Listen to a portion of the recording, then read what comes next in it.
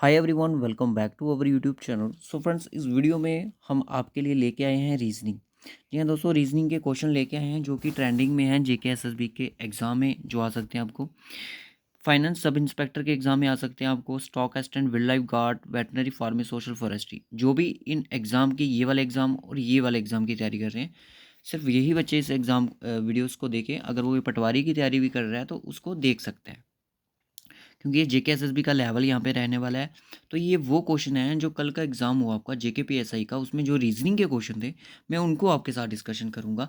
किस तरह से उन क्वेश्चन को सॉल्व करना है, ये चीज़ें मैं आपको बताऊंगा। किस तरह से हमने चीज़ें दिखाई थी, जो पैटर्न हमने दिखाए थे आपको सॉल्व करने के, क्या वो एग्जाम में पूछे गए या नहीं पूछे गए, वही चीज़ें हम आपको दिखाएंगे। तो आने वाले अपकमिंग जितने भी जेके एसएसबी के एग्जाम होंगे, आपको इसी तरह की रीजनिंग पूछी जाएगी। तो चलिए फिर चलते हैं वीडियो की तरफ। अगर आप इस चैनल पे फर्स्ट टाइम विजिट कर रहे हैं तो जेके प्रैक्टिस को सब्सक्राइब करना ना भूलिएगा।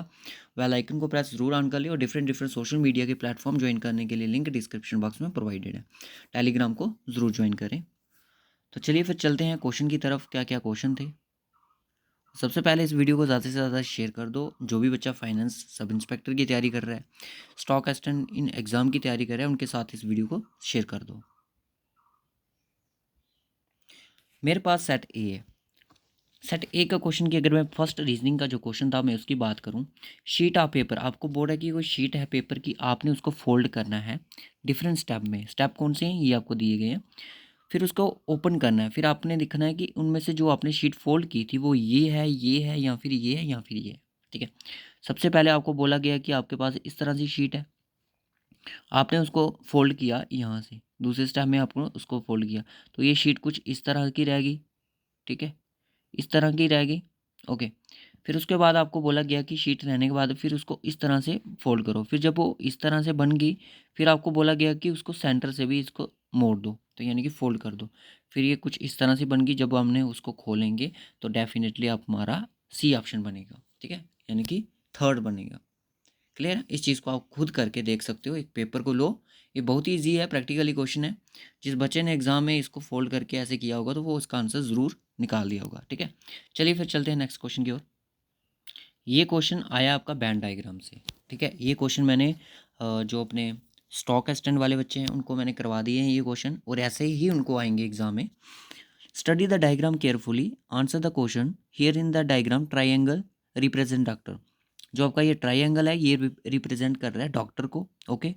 और सर्कल रिप्रेजेंट कर रहा है प्लेयर्स को। तो रेक्टेंगुलर जो है वो रिप्रेजेंट कर रहा है आर्टिस्ट को। ये जो आर्टिस्ट है आपके, ठीक है, और ये आपके डॉक्टर है, और ये आपके प्लेयर है। ठीक है, ये आपके प्लेयर है। अब बोला है कि कौन सा इसमें से ऐसा नंबर है, number space in the diagram represent doctors who are also artist. वो डॉक्टर भी होना चाहिए और वो आर्टिस्ट भी होना चाहिए, यानी कि वो प्लेयर नहीं होना चाहिए। यानी कि ये आपका पूरा जीरो वाला जो सर्कल वाला पोर्शन है ये कट जाता है, क्योंकि यहाँ पे प्लेयर है तो प्लेयर की उन्होंने बात नहीं की है। उसने बोला है कि वो डॉक्टर होने चाहिए जो आर्टिस्ट भी है। अब ये जो है थर्ड है, ये तो सिर्फ अकेला डॉक्टर है, इसका ना तो प्लेयर से कोई लेना देना है ना तो आर्टिस्ट से। अब यहाँ पे एक सेकेंड नंबर जो है, ये आपका एक ऐसा नंबर है जो आपका रेक्टेंगुलर में भी आ रहा है और ट्राइंगल में भी आ रहा है। कहने का मतलब जो आपका डॉक्टर भी है और आर्टिस्ट भी है, तो इसका जो राइट ऑप्शन है वो आपका 2 हो जाएगा। ठीक है, तो ये इजी क्वेश्चन था, ज़्यादा टफ क्वेश्चन नहीं था। मैंने पहले भी आपको बोला था कि इससे ज़्यादा हाई लेवल का आपको किसी भी एग्ज़ाम में रीजनिंग नहीं आएगी, क्योंकि ये बैंक के एग्ज़ाम नहीं है। मैंने आपको पूरा हमारा जो रीजनिंग का कोर्स है वो पूरा हमारा बैंक लेवल की तरह हुआ है। ठीक है, तो बेसिक चीज़ें मैंने पढ़ाई थी। अब इसका देखो, ढूंढो इसका किस तरह से बनाओगे आप, किस तरह से इसको करना है। स्टडी वेरी हार्ड का कोड, सॉरी 3731 का मतलब स्टडी वेरी हार्ड। ओके। 953 का कोड है हार्ड वर्क पेस, और 145 का मतलब स्टडी एंड वर्क। किस तरह से करना है मैंने आपको बताया। स्टडी स्टडी वेरी हार्ड, ठीक है, इस तरह से। और hard work pace, hard work pace. ठीक है, ये थर्ड लाइन क्या आती है, mean study and work, study और वर्क और एंड। हो गया ये कंप्लीट। ओके। 731 953 सिमिलर, उसके बाद 1 सिमिलर, 5 सिमिलर, और आपका 4। कोड किसका पूछा है? बैरी का कोड पूछा है। बैरी कहाँ पे? ये रहा। बैरी किसी में भी सिमिलर नहीं है। 1 और 3 यानी कि स्टडी का कोड जो है ये आपका 1 है, और 3 जो कोड है वो आपका हार्ड का कोड है यहाँ पे। और सिमिलर, जिसको ये ट्रिक समझ नहीं आ रही है वो हमारी रीजनिंग की वीडियो देख सकता है। ये और 7 का कोड जो है वो बैरी है, क्योंकि बैरी किसी में भी सिमिलर नहीं है, तो right option is B. Okay, clear है? इजी क्वेश्चन थे। अब stock extend will life guard में ऐसे ही क्वेश्चन आएंगे, इससे ज़्यादा टफ नहीं होगा। कंप्लीट द फिगर सीरीज, यहाँ पे अब फिगर सीरीज दी हुई है, उसको कंप्लीट करना है। देखिए, ये आपकी जो एरो है ये आपका ईस्ट डायरेक्शन की तरफ है, फिर उसके बाद ये एरो आपका हो जाता है नॉर्थ ईस्ट की तरफ, ठीक है। फिर ये एरो आपका नॉर्थ की तरफ हो जाता है। अब ये आपका कौन सी डायरेक्शन लेगा? नॉर्थ वेस्ट की तरफ, यानी कि 40-45 डिग्री मूव कर रहा है, तो नॉर्थ वेस्ट की तरफ होगा, तो यानी कि इस तरफ होगा। ये गलत, ये ठीक हो जाएगा, और ये भी ठीक हो जाएगा, ये गलत। अब यहाँ पे मेन चीज़ ये है कि ये वाइट कलर का है, ये कलरफुल है, ये वाइट है, और यहाँ पे कौन सा आएगा? कलरफुल, ना कि option D. Right option is B. Okay, अब ये क्वेश्चन बड़ा ट्रेंडिंग में हो गया है, क्योंकि इस पे बच्चों को कन्फ्यूज़न ज़्यादा हो गई है। किस तरह से, मैं बताता हूँ आपको, ठीक है। देखिए, हिते start walking from his home. First he walk straight from his home and look turn left turn and then walk for some more distance and took a right turn. Again he walk some distance and took a left turn. If he facing north direction at the end, then in which direction did start walking initially? किस direction से उसने starting में start किया था चलना? ठीक है, question में पूछ क्या रहा है, ये चीज़ आप ध्यान से देखिए। देखिए, मैं आपको ये 4 तरीक़ों से क्वेश्चन करवाऊँगा, ठीक है। फर्स्ट तो यहाँ पे रखिए आप एक, यहाँ पे पॉइंट, दूसरा पॉइंट मैं यहाँ पे रखूँगा, तीसरा यहाँ पे रखूँगा, और चौथा पॉइंट मैं यहाँ पे रखूँगा, क्योंकि पॉसिबिलिटी हमारी इतनी ही बनेगी। ओके, मैं हर एक कलर के साथ करूँगा इसको। उसने बोला फर्स्ट ही वॉक स्टेट। अब वो स्टेट जा रहा है, किस तरफ जा रहा है कोई पता नहीं, नॉर्थ की तरफ जा रहा है, वेस्ट की तरफ जा रहा है, साउथ की तरफ जा रहा है, नहीं। हम चलेंगे पहले नॉर्थ की तरफ, वो स्टेट गया। ओके, फिर हम चलेंगे ईस्ट की तरफ, स्टेट गया, शायद इस तरफ ही जा सकता है, और वो साउथ की तरफ भी जा सकता है, और वो वेस्ट की तरफ भी जा सकता है, ठीक है। कहने का मतलब ये है कि वो इस तरफ ही जा सकता है, नीचे की तरफ जा सकता है, स्टेट जा रहा है, हमें नहीं पता कौन सी डायरेक्शन में जा रहा है। अब देखते हैं, लास्ट में पता चलेगा। He then walked for some distance, he walked from his home took left. उसने लेफ्ट लिया, स्ट्रेट जाके उसने लेफ्ट लिया। लेफ्ट उसका इस तरफ हो जाएगा, और इसका लेफ्ट उसका इस तरफ हो जाएगा, और इसका लेफ्ट उसका इस तरफ हो जाएगा, और इसका लेफ्ट इसका इस तरफ हो जाएगा। क्लियर है? सर आप ये क्या कर रहे हो? देखिए, मैं एक आपको फंडा बता रहा हूँ, इसको किस तरह से सॉल्व करने का। He walk for some distance and took right. फिर उसने राइट लिया, राइट लिया उसने, इधर जाके उसने राइट लिया। ओके, और उसने इस तरफ से राइट लेगा, और यहाँ से नीचे आया था, और इस तरफ से राइट लेगा, और ये इस तरफ जा रहा था लेफ्ट लेके, अब वो राइट इस तरफ लेगा, ठीक है। अब वो बोलता है कि again he walked some distance and took left. उसने फिर लेफ्ट लिया, लेफ्ट लिया यानी कि इस तरफ लेफ्ट। इफ अब ये भी लेफ्ट लेगा इस तरफ, और ये लेफ्ट लेगा आपका इस तरफ, और ये आपका इस तरह, ये लेफ्ट लेगा इस तरफ। अब बोल रहा है if he facing north direction, ये आपकी कौन सी डायरेक्शन फेस कर रहा है? वेस्ट डायरेक्शन, गलत हो जाएगा। ये कौन सी डायरेक्शन फेस कर रहा है? नॉर्थ, रखो 2 मिनट के लिए। ये कौन सी कर रहा है? ईस्ट, और ये कौन सी कर रहा है? साउथ। तो ऑप्शन आपका ये गलत, ये गलत, ये गलत, ठीक है। तो यानी कि आपका ये ठीक हुआ जो मैंने ये बनाया, कि अभी वो नॉर्थ की तरफ फेस कर। If you facing north direction at the end में, in which direction did he start walking initially? कौन सी डायरेक्शन में उसने स्टार्टिंग किया था चलना? तो वो इस पॉइंट से चला था स्ट्रेट, तो कौन सी डायरेक्शन को चला था? ईस्ट डायरेक्शन को। अगर उसने बोला होता कि वो स्टार्टिंग पॉइंट से कौन सी डायरेक्शन को चला था, तो वो आपकी होती, कौन सी डायरेक्शन होती? बताएं मुझे ज़रा। इस तरह से कौन सी डायरेक्शन होती है उसकी? साउथ वेस्ट, ठीक है। साउथ वेस्ट डायरेक्शन से उसने चलना स्टार्ट किया था, तो राइट ऑप्शन इसका ईस्ट ही है। बहुत सारे बच्चे बोलते हैं वेस्ट, वेस्ट नहीं है। वेस्ट होता है कि अगर इसकी प्रेफरेंस से बोला जाता है कि कौन सी डायरेक्शन से आया वो, तो लग तो ऐसे ही रहा है वेस्ट से आया, पर वेस्ट नहीं। वो उसने बोला कि किस डायरेक्शन से उसने स्टार्ट किया था स्टार्टिंग से, तो वो ईस्ट की तरफ स्टार्ट किया था, ठीक है। ईस्ट की डायरेक्शन से स्टार्ट किया। होप सो समझ आया हो। अभी आपको पता है कि डायरेक्शन और ब्लड रिलेशन के क्वेश्चन हमारे हलवा क्वेश्चन हो चुके हैं जिन बच्चों ने हमसे पढ़ा है। Alex who was facing the best, अगर वो एलेक्स है, मैं जैसे से बोलूँगा वैसे वैसे इसको करेंगे। बेस्ट की तरफ वो उसने फेस किया है। Okay, turn 135 degree in the clockwise direction, वो 135 डिग्री की वो डायरेक्शन मूव करता है। ऐसे ऐसे ऐसे ऐसे 90 पे आ गया। 90 और कितना कम है उसके 45, सॉरी 90 किया उसने और 45, 90 पे आया और 45 उसका कहाँ पे बनेगा, इस डायरेक्शन में। अब वो यहाँ पे फेस कर रहा है। अब वो कौन सी डायरेक्शन फेस कर रहा है, क्योंकि उसने 135 डिग्री का एंगल मूव किया क्लॉकवाइज डायरेक्शन, जैसे घड़ी चलती है उसने यहाँ पे फेस कर रहा है, वो कर रहा है नॉर्थ ईस्ट डायरेक्शन को। ठीक है, और बोलता है कि then clockwise direction then he turns degree, मतलब कि उसने ठीक है turns 45 degree in the anti clockwise उसने 40 डिग्री बैक किया, यानी कि एंटी क्लॉकवाइज, यानी कि उल्टी दिशा में वो चला।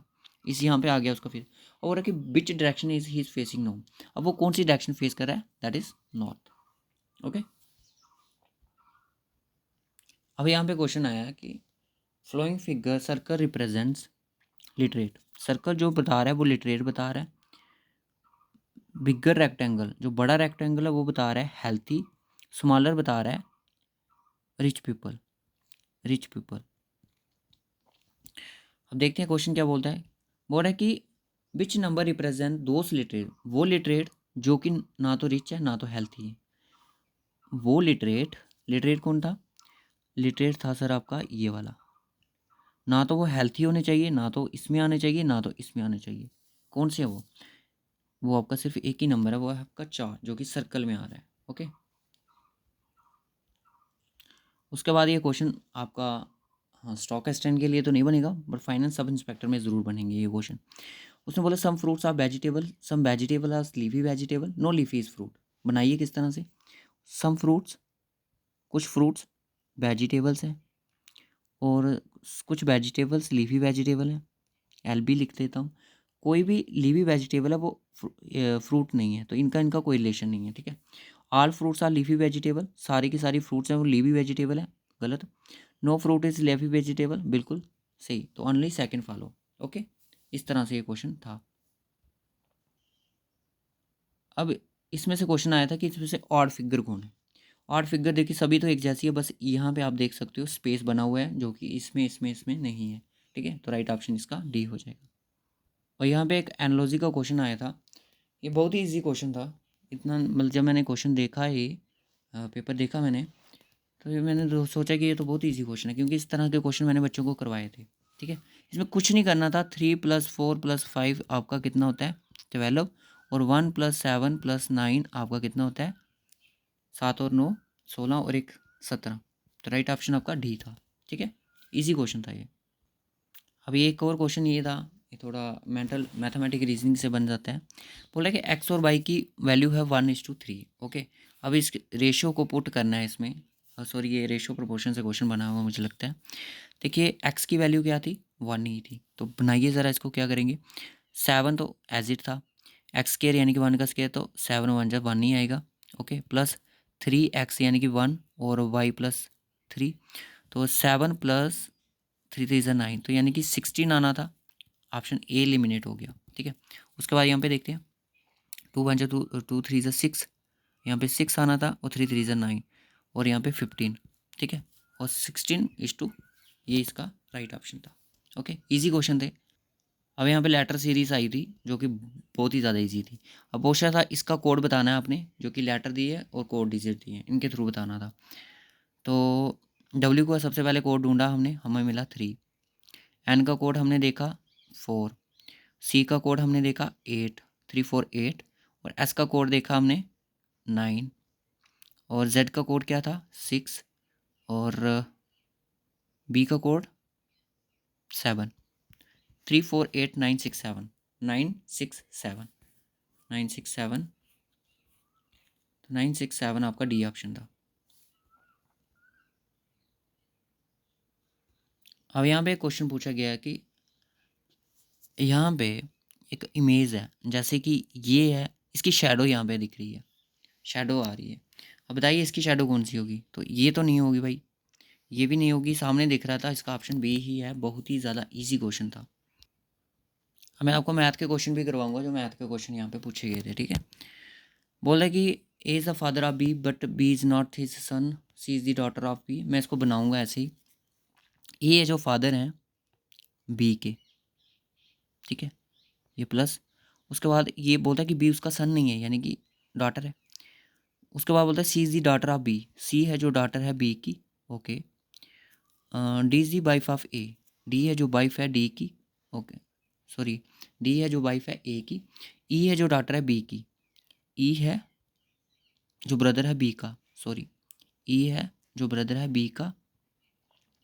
एच है जो सन है ई का, एच का जो सन है वो, एच है जो सन है ई है, ठीक है। एच है जो सन किसका है, ई का है। एफ है जो वाइफ है ई की, एफ है जो वाइफ है ई की। और जी है जो फादर है एफ़ का, जी जो फादर है वो एफ़ का है। अब पूछा है कि who is the sister in law of B, B की सिस्टर इन लॉ क्या हुई, कि यानी कि ये बहन किसकी है, ई की, और इसकी ई की जो वाइफ होगी वही इसकी सिस्टर लॉ होगी। तो राइट ऑप्शन आपका एफ़ हो जाएगा, ऑप्शन बी, ठीक है। कुछ नहीं था, रीजनिंग ऑलमोस्ट ईजी थी गाइस। ये क्वेश्चन आपका मैथ के रिलेटेड आया था। मैं एक दो क्वेश्चन और देख लेता हूँ रीजनिंग का यहाँ पे। अब यहाँ पे एक उस क्वेश्चन को देखिए, ये भी क्वेश्चन इजी आया था, ज़्यादा डिफिकल्ट ये भी नहीं था। कि ऑल लाइन्स आर कैट, सारी की सारे लाइन्स है जो कैट हैं, और सारे की सारी कैट्स है जो कि हंटर है। ये उन बच्चों के लिए इजी था जिन्होंने इसके अच्छे से कंसेप्ट क्लियर किए होंगे। मैंने जब पढ़ाया था साइलोगिज्म तो मैंने ये चीज़ें पढ़ाई भी थी। बोला कि ऑल हंटर्स आर लाइन, सारे के सारे हंटर्स हैं वो लाइन है। मैंने बोला था कि अंदर से बाहर आ सकता है पर बाहर से अंदर ऑल कभी नहीं होता, तो आपका ऑप्शन गलत हो जाता। उसके बाद सम हंटर्स आर लाइन, कुछ हंटर्स है जो लाइन है, बिल्कुल सही है। ऑल लाइन्स आर हंटर, सारे के सारे लाइन हंटर है, बिल्कुल सही। मैंने बोला अंदर से बाहर आ सकता है, तो right option is both, second and third follow, ठीक है। अब ये क्वेश्चन क्या था, अब ये क्वेश्चन था कि Priya leaves her house at 20 minutes to 6 in the evening, ठीक है। यानी कि प्रिया ने अपना घर छोड़ा 20 मिनट कम थे होंगे 6 बजने को, इवनिंग के टाइम पे। 30 मिनट उसने अंजलि के घर पे जाने के लिए लगाए, फिर उसने ब्रेकफास्ट किया 10 मिनट में, और फिर वो वापस के लिए लीव हुई तो 40 मिनट्स उससे लग गए। तो बताइए किस टाइम वो ऑफिस में पहुंची होगी। इजी क्वेश्चन था। देखिए 5:40 में वो 5:40 में वो अपने घर से निकली। आगे उसने कितना टाइम लिया, आगे उसने टाइम लिया 30 मिनट, यानी कि 6:10 उसको हो गए अंजलि के घर पे जाते। फिर उसने 10 मिनट में वो ब्रेकफास्ट किया, यानी कि 6:20 में उसने अपना ब्रेकफास्ट पूरा कर लिया था, ओके। फिर बोलता है कि वो ऑफिस के लिए निकली और 40 मिनट उसको ऑफिस जाते लग गए। तो 6 + 40 कर दो इसमें मिनट में, तो आपका 7 बज जाएंगे। तो 7 बज के थे उसको ऑफिस में, ठीक है। ये क्वेश्चन था, और ये डाटा इंटरप्रिटेशन से आया है, ये आपके काम का नहीं है, ठीक है। चलिए अब परसेंटेज का क्वेश्चन है, स्टॉक एक्सचेंज के वालों के लिए इंपॉर्टेंट है, ठीक है। ये क्वेश्चन है कि बोलता है कि मोहन ने सेव किए 30 रुपये 5% डिस्काउंट लेके किसी आर्टिकल पे, तो बताइए उसने कितने पैसे पेड किए। ये क्वेश्चन भी बच्चों को बड़ा कंफ्यूज कर चुका था कुछ लोगों को। देखिए ये बोल रहा है कि उसने कुछ पैसों की चीज़ ली तो उसको 5% का डिस्काउंट मिला, तो यानी कि उसको 5% का डिस्काउंट मिला, यानी कि उसने कितने पैसे सेव किए, 30 रुपये, 30 रुपये उसने बचाए। तो यानी कि 5% अगर डिस्काउंट मिला तो कहने का मतलब कि जो 10% होगा वो कितना होगा, वो 60 होगा। 100% कितना होगा, 600, 600 होगा ना। अब बोलता है कि उसने 100%, 100% मेरा कितना है, 600 है। उसने बोला कि 5% उसने डिस्काउंट पा लिया, तो यानी कि पेड कितना किया होगा उसने, 95%। अब 95% कितना होता है 600 का, निकाल दो, क्लियर है, ठीक है। अब हम इसको एक हिसाब से और भी कर सकते थे। अगर किसी नंबर का 5% ऑफ x इजकल टू, शायद ये ऐसे निकलेगा, तो हाँ निकलेगा, क्यों नहीं निकलेगा, ठीक है। ये निकलेगा, ठीक है। 5% किसी नंबर का 30 है, तो बताइए 100% कितना होगा। तो आपको पता है इजकल टू में मल्टीप्लाई कर लेंगे तो यानी कि 5x इजकल टू ये मल्टीप्लाई हो जाएगा 3000, ठीक है। अब ये कर लो इसको, x इजकल टू 3000 डिवाइडेड बाई 5, तो 6×5 = 30। तो यानी कि जो x है, कहने का मतलब जो किसी नंबर का 100% जो है आपका वो 600 है।